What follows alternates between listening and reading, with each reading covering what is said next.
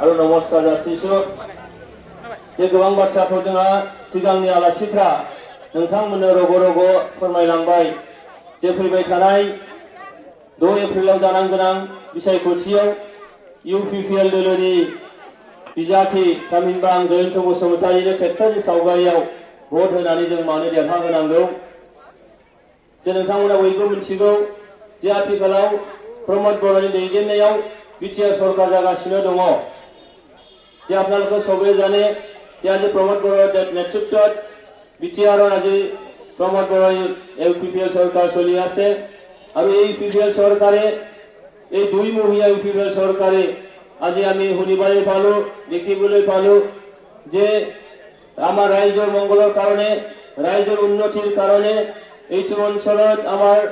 কাটামপুরকীয়া যে সম্পর্ক আমার মাজত এইটো যাতে অটুট থাকে আমার মাজত ঐক্য সংহতি বিরাজ করে আমার মাজত যাতে করাপশন ফ্রি একটা সোসাইটি আমি পাবলৈ সক্ষম হও सरकार এটা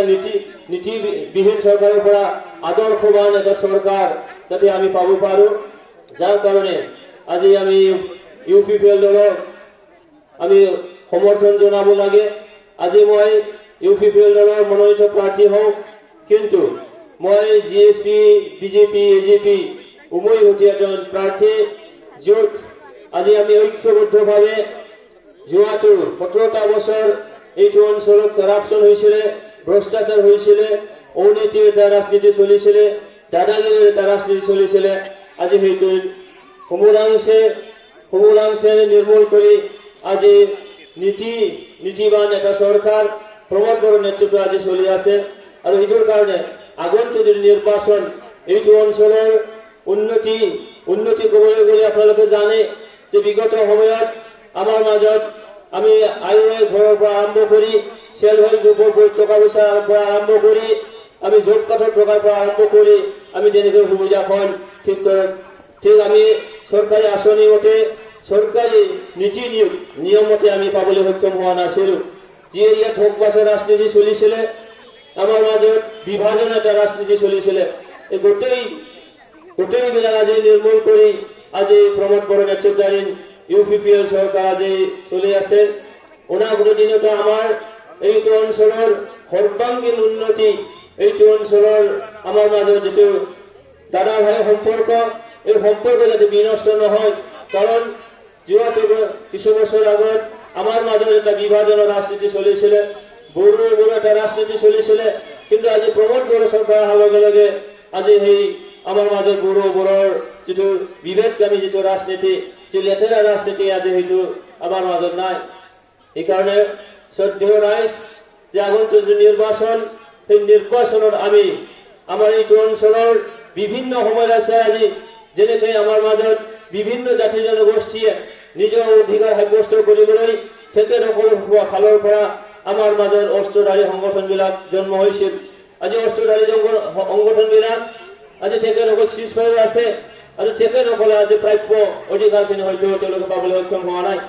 আজি মই জিকি যোৱাৰ পিছত তেখেতসকলে চৰকাৰৰ ফালৰ পৰা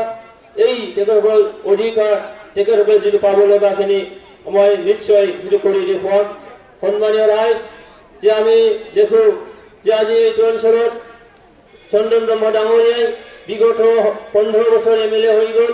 13.5 বছৰ মন্ত্ৰীত্ব লাভ কৰিলে তথাপিও আজি আপোনালোকে চাওক তেখেতে আমাৰ মাজত স্বাস্থ্য ক্ষেত্ৰত স্বাস্থ্য খণ্ড তেখেতে আমাৰ মাজত বিকাশ আনিব পৰা নাই কাজলগাঁও এখন সিভিল হস্পিটেল আছে সুপাৰ স্পেশালিটি হস্পিটেল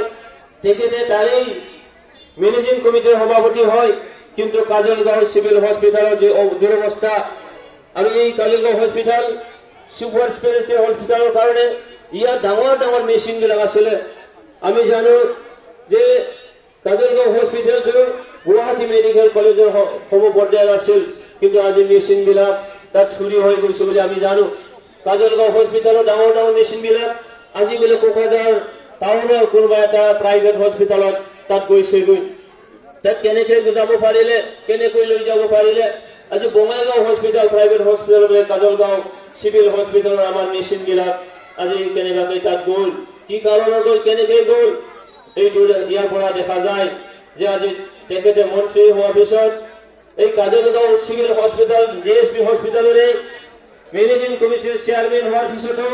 তেখেতে সেই মেচিনবোৰ কেনেকৈ বঙাইগাঁও হস্পিটালত কোকৰাঝাৰ প্ৰাইভেট হস্পিটালত কেনেকৈ যাব দিব পাৰিলে তাৰমানে তাত এইটো চুৰি কৰা হৈছে ইয়াৰ মেচিনবোৰ বিক্ৰী কৰা হৈছে কিন্তু মন্ত্ৰী ডাঙৰীয়াই যি সিভিল হস্পিটালত আমাৰ সাধাৰণ জনসাধাৰণে তাত মানে চিকিৎসা গ্ৰহণ কৰে তাত আমাৰ বেমাৰ আজাৰৰ পৰা চোৱা চিতা যায় সাধাৰণ নাগৰিকৰ কাৰণে তেখেতে কেতিয়াও চিন্তা নকৰে যদি চিন্তা কৰিলেহেঁতেন সেই মেচিনবোৰ কাজলগাঁও হস্পিটালত তেখেতে ব্যৱহাৰ কৰিবলৈ দিলেহেঁতেন কাজলগাঁও হস্পিটালখন জাকজমকভাৱে দাঁতৰজলিকাভাৱে তেখেতে সেইটো বনালেহেঁতেন কিন্তু নাই আজি তাত ডক্টৰ পাবলৈ নাই নাৰ্ছ পাবলৈ নাই ঔষধ পাবলৈ নাই তেনেকুৱা এটা দুৰৱস্থা আৰু এই দুৰৱস্থাটো আমি দূৰ কৰিব লাগিব আৰু এই দুৰৱস্থাৰ পৰা আমি যদি পৰিত্ৰাণ পাব লাগে তেতিয়াহ'লে BPFৰ লগত নহ'ব কাৰণ BPFে 17টা বছৰত সেইটো কৰি দেখুৱাব নোৱাৰিলে আজি প্ৰমোদ বড়ো চৰকাৰ অহাৰ লগে লগে তেখেতে চিফ হোৱাৰ লগে লগে কাজলগাঁও হস্পিটালত আহি যেনেকৈ পৰিদৰ্শন কৰিলে তাৰপিছত আজি কাজলগাঁও হস্পিটালটো অলপমানে চলিব পৰা অৱস্থাত আজি আছে আজি তেখেতে পৰিদৰ্শন কৰাৰ পিছত কাজলগাঁও হস্পিটালখন এতিয়া ডক্টৰ এতিয়া ঔষধ পাতি অলপমানে চাফ চিকুণ হৈ গ'ল নহ'লে আগৰ সেইটো মানে দুৰ্গন্ধময় এটা পৰিৱেশত আছিলে আপোনালোকে জানে যে আজি চন্দন ব্ৰহ্মই মিনিষ্টাৰ হোৱাৰ পিছত আমাৰ এইটো অঞ্চলত স্কুল কলেজবিলাক ভেঞ্চাৰ হৈ আছিল তেখেতে কেতিয়াও ভেঞ্চাৰ স্কুলটো প্ৰভিন্সিয়েলাইজ কৰিবলৈ যত্ন লোৱা নাই আজি BTR চুক্তিৰ দ্বাৰা গোটেই ভেঞ্চাৰ স্কুলবিলাক প্ৰভিন্সিয়েলাইজ হোৱাৰ পথত কিন্তু চন্দন ব্ৰহ্মই কৈ আছে যে আমি BTR চুক্তিখন মানিব নোৱাৰো BTR চুক্তি আমি নামানো BTR চুক্তিৰ দফাবিলাক আমি ৰূপায়ণ নকৰো যদিও সেই চৰকাৰতে হয় আপোনালোকে তেতিয়াহ'লে চাওক যে চন্দন ব্ৰহ্মই যি আমাৰ BTR চুক্তিৰ দ্বাৰা স্কুল কলেজবিলাক প্ৰভিন্সিয়েলাইজ হ'বলৈ গৈ আছে আমাৰ ইয়াত ডাঙৰ যেনেকৈ ইউনিভাৰ্চিটি হস্পিটেলবিলাক হ'বলৈ গৈ আছে সেইটো তেখেতে আমাৰ জনসাধাৰণৰ উন্নতিৰ কাৰণে জনসাধাৰণৰ শিক্ষা দীক্ষাৰ কাৰণে যি চুক্তি যি দফাবিলাক আছে সেই দফাবিলাক বোলে তেখেতে নামানে তেখেতে ৰূপায়ণ নকৰিব তেনেকুৱা এজন ব্যক্তিক আমি কেনেকৈ ভোটদান কৰিব পাৰে আপোনালোকে জানে আজি এই আমাৰ চিৰাং জিলাখন নদ নদীৰ দ্বাৰা ভৰিপূৰ্ণ আৰু ইয়াত গৰাখহনীয়াবিলাক হৈ আছে গৰাখহনীয়া ৰোধৰ কাৰণে চন্দন ব্ৰহ্মই যেনেকৈ কোনো ব্যৱস্থা লোৱা নাই তেখেতসকলে চাওক আজি আই নদীত BTC চুক্তিৰ দ্বাৰা মানে বনাব পৰা BTC চুক্তিৰ দ্বাৰা ৰূপায়ণ হোৱা সেই আমাৰ দলংখন তেওঁলোকৰ নামত বনাই লয় হাগ্ৰামা ব্ৰিজ বুলি তেওঁলোকে নামাকৰণ কৰি লৈছে কিন্তু চাওক অকল হাগ্ৰামাই আন্দোলন কৰা নাছিল আমি ইয়াত বসবাস কৰা বিভিন্ন জাতি জনগোষ্ঠী মুছলমান ভাইসকলে ৰাজবংশী ভাইসকলে আজি সাঁওতাল ভাইসকলে ইয়াত বসবাস কৰা বিভিন্ন জাতি জনগোষ্ঠী আন্দোলন কৰি এই আন্দোলনৰ বিনিময়ত সেই মানে ব্ৰিজখন হৈছিলে আৰু এইটো আমাৰ বিভিন্ন জাতি জনগোষ্ঠীৰ ফালৰ পৰা সেই আন্দোলনৰ সময়ত শ্বহীদ হ'ব লগা হৈছিল শ্বহীদসকলৰ নামত ৰাখিব লাগিছিল কিন্তু তেওঁলোকে নিজৰ নামত বনাই লয় হাগ্ৰামাৰ নামত বনাই লৈছে কি জানিব আৰু এটা দলত চন্দন ব্ৰহ্মৰ নামত বনাই ল'ব তেনেকুৱা তেওঁলোকে ৰাজ্যক কেতিয়াও তেওঁলোকে অগ্ৰাধিকাৰ দিয়া নাই তেখেতসকলে নিজৰ সম্পত্তি গঢ়াত তেখেতসকলে ব্যস্ত হৈ আছে যাৰ কাৰণে আহক শ্ৰদ্ধেয় ৰাইজ আহি থকা দিনবোৰো আমি আগুৱাই যাব লাগিব আজি UPFL দলক আমি ভোটদান কৰিব লাগিব মাটি বাৰী আজি UPFL চৰকাৰে দি আছে আহি থকা দিনবোৰত লাষ্ট নাম্বাৰ যিটো মানে মাটি পট্টা নোপোৱালৈকে শেষ নম্বৰত থকা ব্যক্তি মানে মাটি পট্টা নোপোৱালৈকে সেইটো আজি UPFL চৰকাৰে কৰি দেখুৱাব প্ৰদান কৰিব সন্মানীয় ৰাইজ আমি দেখো যে আজি আমাৰ ইয়াত বিভিন্ন জাতি জনগোষ্ঠীৰ তেখেতসকলৰ ভাষা কলা সংস্কৃতিৰ সমস্যা আছে ৰক্ষণাবেক্ষণ দিয়াৰ সমস্যা আছে ইয়াত আপোনালোকে আছে আমাৰ বিভিন্ন জাতি জনগোষ্ঠী যেনেকৈ জনজাতিকৰণৰ সমস্যা সেই সমস্যাবিলাকো আজি UPFL দলৰ ফালৰ পৰা আজি কৰিবৰ কাৰণে যত্নবৰ হৈছে আপোনালোকে জানে যে আজি প্ৰমোদ বড়ো নেতৃত্বাধীন চৰকাৰে যে সেইদিনাখন আমি গম পালো যে আমাৰ দাঁতগিৰি অঞ্চলত যে BPF চৰকাৰে যোৱা 17টা বছৰত অকল মাত্ৰ কুঁৱা পানীৰ ব্যৱস্থা কৰি দিছে মাত্ৰ 5খন দমকল বনাই আজি UPFL চৰকাৰে 43 দিনত আমি 24টা তেনেকৈ কুঁৱা পানীৰ ব্যৱস্থা ইয়াত মানে বৰিং বহুৱাই দিছো 5 বছর 17 বছর অকল 5টা 43 জন ইউপিপিএল সরকারের 24টা ট্রেনেতে খোয়া পানি ব্যবস্থা করে দেওয়া হল। ইয়াতে আপনি বুঝিব পারে যে আমি আগন্তুক যে নির্বাচন সেই নির্বাচনে আমি কাক ভোটদান করিম আপনালোকে জানে যে সন্দন ব্রহ্ম আমার কাজলগাঁও যে উপেন্দ্রনাথ ব্রহ্ম কলেজ সেই কলেজের থেকে জিবির প্রেসিডেন্ট হয় 2011 যে স্কুল প্রভিন্সিয়াল হয়েছিল আমার স্ক্রুটিনি কমিটিয়ে সন্দনের নাম শুনার লগে লগে সেই স্কুল মানে প্রভিন্সিয়ালাইজ হওয়ার পর থেকে কাটিয়ে দিছিল। আমার থেকে মানে কলেজের প্রিন্সিপাল জনে সন্দন ব্রহ্মর নাম নেওয়ার লগে লগে স্ক্রুটিনি করা মানুষবিলাকে মূল মিনিস্টার সত্ত্বেও